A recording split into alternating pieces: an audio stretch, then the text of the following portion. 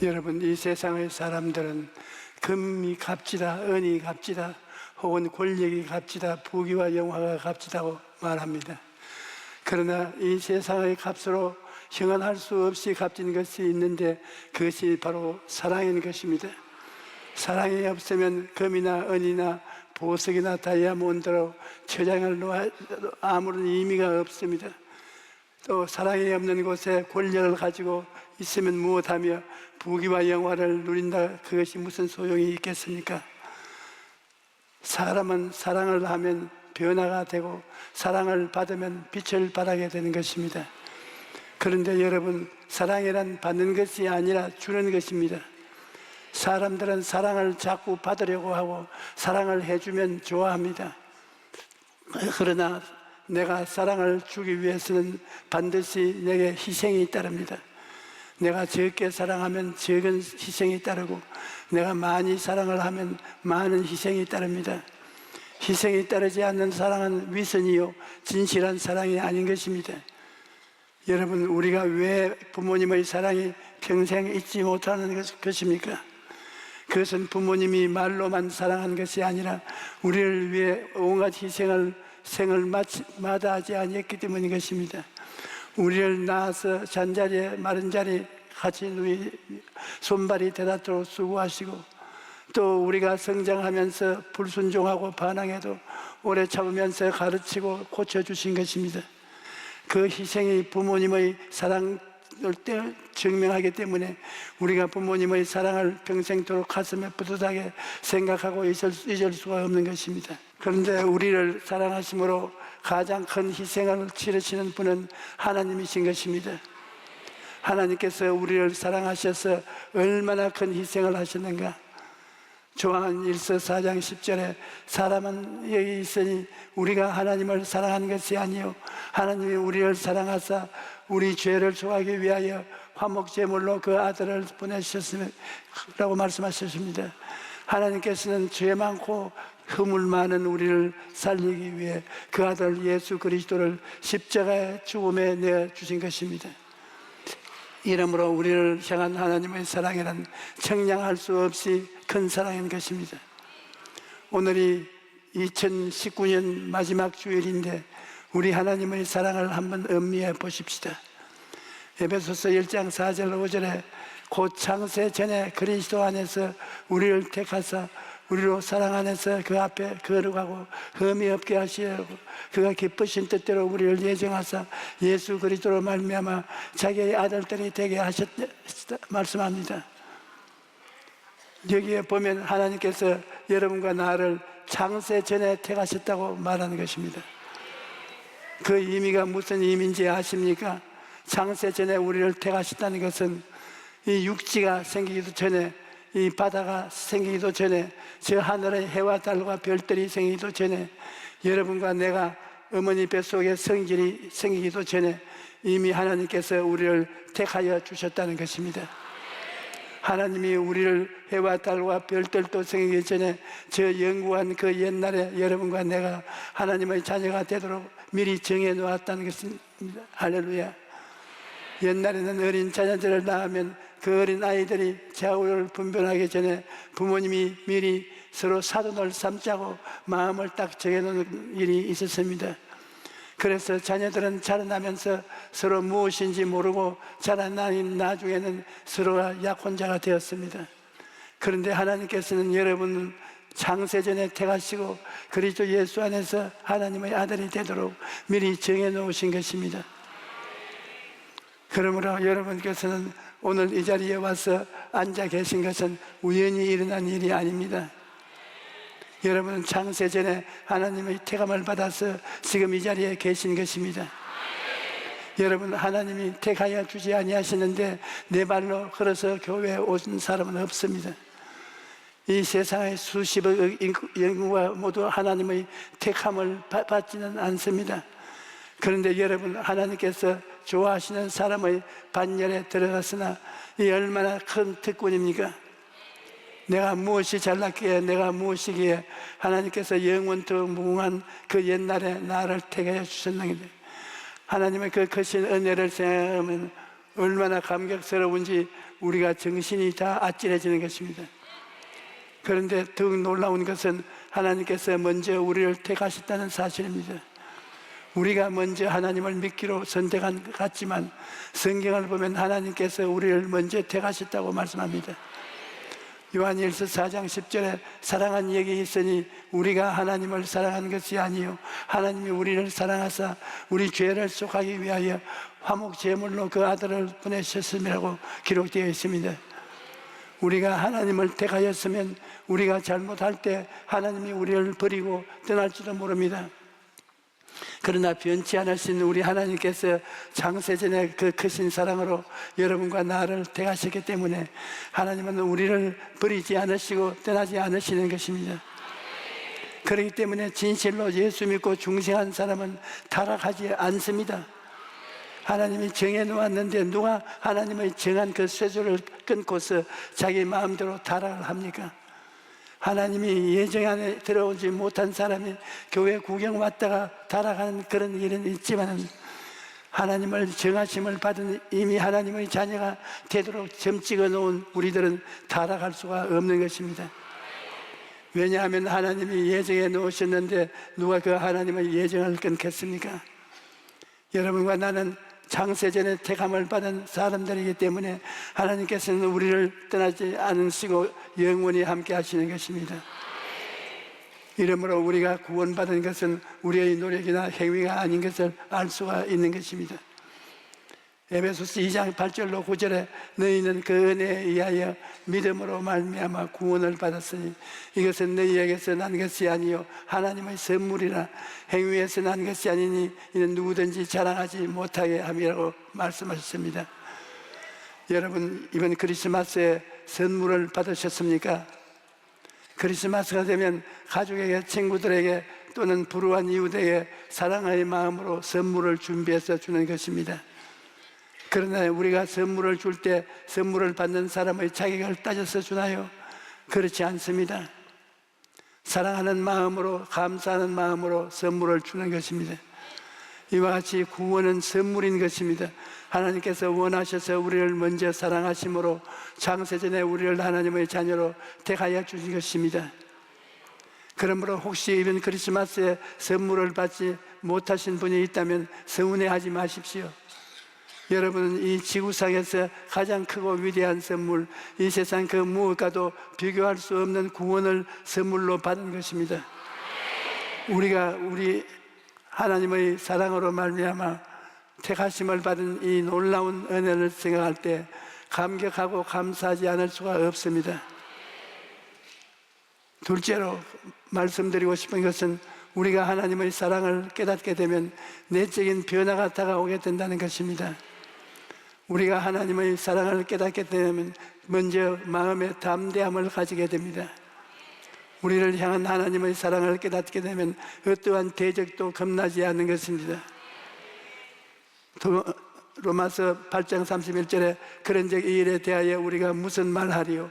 만일 하나님이 우리를 위하시면 누가 우리를 대적하리요? 라고 말합니다.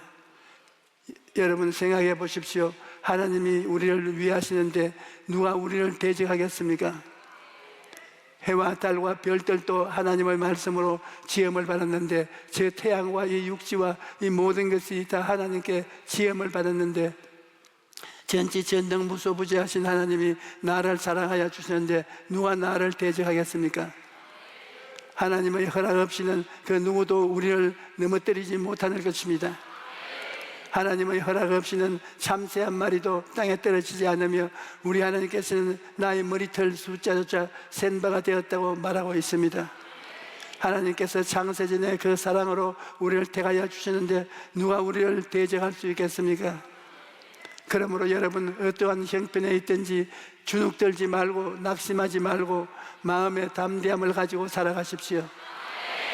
예수님께서는 오늘 있다가 내일 악몽 위에 던져지는 들불도 하나님이 이렇게 익히시며 하물며 너희일까 보냐. 믿음이 적은 자들아 그러므로 염려하여 이르기를 무엇을 먹을까 무엇을 마실까 무엇을 입을까 하지 말라. 이는 다 이방인들이 구하는 것이라. 너희 하늘 아버지께서 이 모든 것이 너희에게 있어야 할 줄을 아시느니라고 말씀하셨습니다. 여러분, 하나님께서 우리에게 필요한 모든 일용할 양식을 주시는 것입니다. 로마서 8장 32절에는 자기 아들을 아끼지 아니하시고 우리 모든 사람을 위하여 내어주시니가 어찌 그 아들과 함께 모든 것을 우리에게 주시지 아니하겠느냐고 말씀하십니다. 그러므로 우리는 어떠한 형편에 있든지 하나님이 돌아보고 주실 것을 믿고 마음의 담대함을 가지고 평안을 가지고 살아갈 수 있는 것입니다. 그 다음 하나님의 사랑을 깨달아 알면 마음에 건강한 자존심이 생기는 것입니다. 여러분, 우리가 하나님께 인정을 필요한 존재라는 이미지가 마음에 생기면 건강한 자화상을 갖게 되는 것입니다. 세상에서는 어떨지 몰라도 하나님께서 내가 가치가 있다고 생각하시기 때문에 해와 달과 별들이 생기기도 전에 나를 택하여 주신 것입니다. 하나님이 택한 만큼 여러분은 가치가 있는 존재인 것입니다. 여러분, 사람은 사랑을 받고 자기가 필요하다고 생각할 때 신바람이 납니다. 가정에서 부인이 남편의 사랑을 받을 때 어려운 살림살이를 해도 그저 고통의 의미가 있습니다.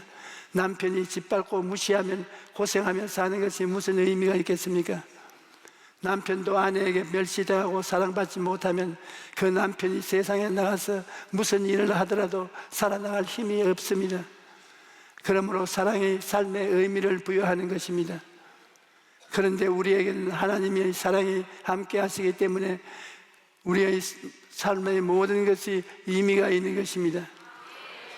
하나님의 사랑을 받고 난 다음 하나님을 위해서 일하는 것은 자기가 물질을 들여도 아깝지 아니하고 시간을 들여도 아깝지 아니하고 몸을 들여도 아깝지 아니하고 어떠한 희생을 해도 아깝지 않습니다.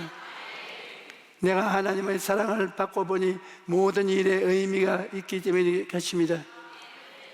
여러분, 어떠한 고생을 해도 그 고생에 보람이 있고 의미가 있으면 고생이 고생같이 느껴지지 않은 것입니다. 제가 예전에 성회를 인도하러 일본에 갔다가 문살이 나서 며칠 동안 굉장히 아팠던 적이 있었습니다. 그런데 몸이 회복되기도 않았는데 미국에 가서 또 성회를 인도하는데 이틀 동안 밤새도록 아팠다 말로 다 할 수가 없었어요. 온 뼈가 다 쑤시고 아침에는 벌벌 기어 일어났습니다. 밥을 먹을 수가 없어서 우황청심환을 3통이나 잘라서 물에 타서 마시고 겨우 강단했었어요. 겉으로는 괜찮아 보였는지 몰라도 속으로는 너무 아파서 죽어가면서 설교를 했습니다. 아프다고 말도 못하고 끙끙 앓아가면서 이러다가 죽지 않겠나 싶은 생각이 날 정도로 심각한데 설교를 했습니다. 많은 사람들이 왜 그렇게 무리하게 하느냐고 말합니다. 제가 왜 그렇게 했느냐고 하면 하나님이 나를 사랑하고 계신다는 것을 알기 때문에 그 사랑을 내가 마음에 느끼기 때문에 아무리 앓고 아무리 고생을 해도 그 일에 보람이 있기 때문에 했던 것입니다. 여러분, 보람이 있으면 고생이 고생으로 느껴지지 않는 것입니다. 우리 교회 봉사자들이 월급도 안 받고 다리가 아픈데도 열심히 일을 합니다. 몇몇 성도들이 신경질을 내고 짜증을 내도 아주 활기차게 1년 12달 변함없이 봉사를 합니다. 하나님이 사랑을 받고 있기 때문에 그 사랑에 대한 보답으로 어떠한 고생도 보람이 있는 것입니다. 그러므로 하나님의 사랑이 삶을 의미 있게 만들어주는 것입니다. 또 우리가 하나님의 사랑을 받고 있다면 마음속에 소망이 생기는 것입니다. 하나님의 사랑을 깨달으면 내일은 오늘보다, 다음 달은 금보다보다, 내년은 금년보다 더 나아질 소망이 생기는 것입니다. 또 사랑을 받으면 자신감이 생겨납니다. 나는 사랑받고 있다. 이 우주를 지으신 하나님이 나를 사랑하고 있으니 영원히 잘됨같이 범사에 잘되고 강건할 것이다. 그런 믿음과 자신감이 마음속에 생기는 것입니다. 이러므로 하나님의 사랑을 깨달아 알게 되면 마음의 변화가 다가오고 삶의 변화가 다가오게 되는 것입니다. 여러분, 하나님은 창세기 전에 우리를 택하시고 그 아들을 십자가에 내어주기까지 우리를 사랑하여 주셨습니다. 그런데도 불구하고 우리가 그 사랑을 깨닫지 못하면 버림받은 심정으로 살게 되는 것입니다. 오늘 오신 여러분 모두 이 시간에 성령의 도우심으로 하나님이 얼마나 사랑하고 계시는가를 깊이 깨달아지시기를 주님 이름으로 축원합니다. 셋째로, 우리가 하나님의 사랑을 깨달아 알게 되면 그 사랑으로 세상의 모든 어려움을 넉넉히 이길 수가 있는 것입니다. 여러분, 우리가 하나님의 사랑을 알면 우리 삶에 다가오는 여러 가지 환경의 풍파는 하나님의 사랑에 더욱 가깝게 다가오는 도구가 되는 것입니다. 사랑을 못하면, 환난을 가져오면 오히려 그 사랑에 부채질을 하게 되는 것입니다. 더욱 사랑이 뜨거워지는 것입니다. 남녀 간의 사랑도 양가해서 못하게 하면 점점 더 불타게 되는 것입니다. 하나님의 사랑도 환난이 다가오면 다가올수록 하나님의 사랑은 더 불타서 우리 마음속에 부어지는 것입니다. 그렇기 때문에 사도 바울은 말하기를, 누가 우리를 그리스도의 사랑에서 끊으리요? 환난이나 공고나 박해나 기근이나 적신이나 위험이나 칼이랴. 기록된 바 우리가 종일 주를 위하여 죽임을 당하게 되며 도살을 양같이 여김을 받은 이라 함과 같으니라. 그러나 이 모든 일에 우리를 사랑하시는 이로 말미암아 우리가 넉넉히 이기느니라고 말합니다. 세상의 핍박이 와서 우리를 하나님의 사랑의 고리에서 끊으려고 하면 우리의 믿음이 더 분발되는 것입니다. 그 기독교 역사를 보면 가장 처절한 박해가 일어났을 때 가장 교회가 왕성하게 자라나고 온 민족이 하나님께로 돌아오는 역사가 일어났던 것입니다. 그러므로 핍박이라는 것은 오면 올수록 더 사랑을 뜨겁게 만드는 것입니다. 또 여러분이 우리 삶에 기근이 다가와서 하나님의 사랑을 끊을 것 같지만 우리 안에 있는 사랑은 밖에 있는 기근을 능히 이기고도 남음이 있는 것입니다. 사랑이 있으면 하루 한 끼 먹어도 살아갈 수 있습니다. 사랑이 없으니까 낙심이 되는 것이지, 사랑이 있으면 어떠한 기근이 다가와도 극복할 수가 있어요. 마음속에 여유와 평강과 희락과 기쁨이 넘쳐나기 때문에 세상의 배고픔을 이겨나갈 수가 있는 것입니다. 여러분, 초원에 가면 많은 동물들이 살고 있습니다. 그 중에 어떤 동물이 가장 강할까요? 사자가 가장 강할까요? 아니면 코끼리가 가장 강할까요? 둘 다 아닙니다. 가장 강한 동물은 목자가 있는 양입니다. 양은 연약하기가 짝이 없습니다. 혼자서는 자기를 지킬 수가 없습니다. 공격 무기도 없고 방어 무기도 없습니다. 사자한테 걸리면 사자밥이 되고 표범한테 걸리면 표범한테 잡혀 먹힙니다. 그러나 목자가 있는 양은 다릅니다. 목자가 양을 사랑하고 지켜주기 때문에 사자와도 호미와도 안전한 것입니다. 그러므로 목자가 있는 양은 그 어떤 맹수도 건드리지 못하는 것입니다. 그런데 우리가 바로 목자에 있는 양입니다. 예수님께서 나는 선한 목자라, 선한 목자는 양들을 위하여 목숨을 버리는다고 말씀하셨습니다. 주님께서는 그 목자가 되셔서 우리를 눈동자같이 지키고 계시기 때문에 우리를 이길 자가 없는 것입니다.